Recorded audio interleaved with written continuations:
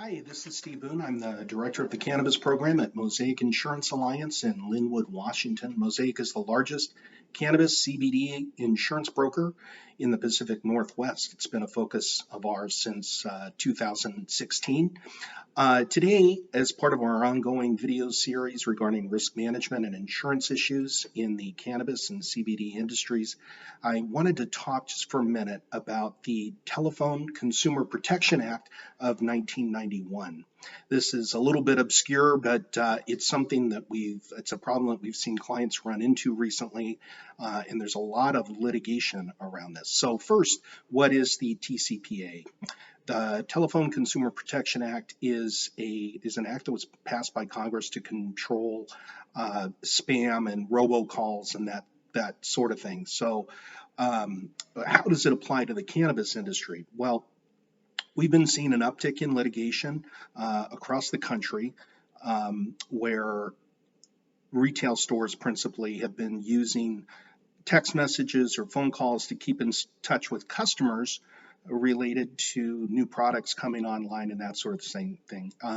So what's been happening is you have a retail store, maybe several retail stores, and you've got some bud tenders or a store manager that's really trying to stay in touch with customers and market the products. That's a great thing.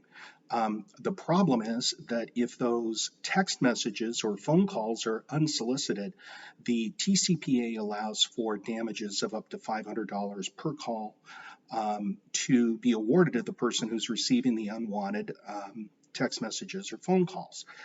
Now, the chances of an individual actually filing a claim against you for a text message or unsolicited phone call, that's pretty low. But what we're seeing is class action litigation from plaintiffs' attorneys. So they get together, a few thousand plaintiffs and who have received phone calls or text messages, and all of a sudden we've got a business owner that's facing $500,000 in exposure, and the goal, of course, of this litigation is to get the business owner to settle for some lesser amount. So, and unfortunately, there is no insurance coverage that is available for this exposure. So what can a business owner do? Well, this is one of those situations where an ounce of prevention is very important. So if you have employees who are using their phones and using text messages to try to keep in touch with clients, I would put a stop to that right now until you are sure that whatever steps they are taking are fully in compliance with the TCPA. So as a business owner, you are responsible for your employees' actions. You won't be able to escape that by just saying, hey, I didn't want my employees to be using their phones or text messages to contact customers. That's not going to be a defense. So make sure that you've talked to your employees about it. Tell them if they are doing that right now to stand down and to stop. And then I would contact your attorney and I would ask them to provide guidelines with respect to the TCPA to make sure that you're in compliance with that.